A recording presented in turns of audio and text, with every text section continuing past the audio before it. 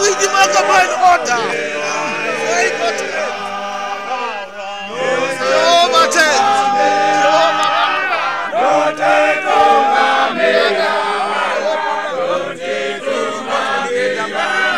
Jehovah send the order prayer. Judy the Denimaka. Amen. Jehovah intend we descend out the prayer. Amen. Jehovah says. Amen. Amen.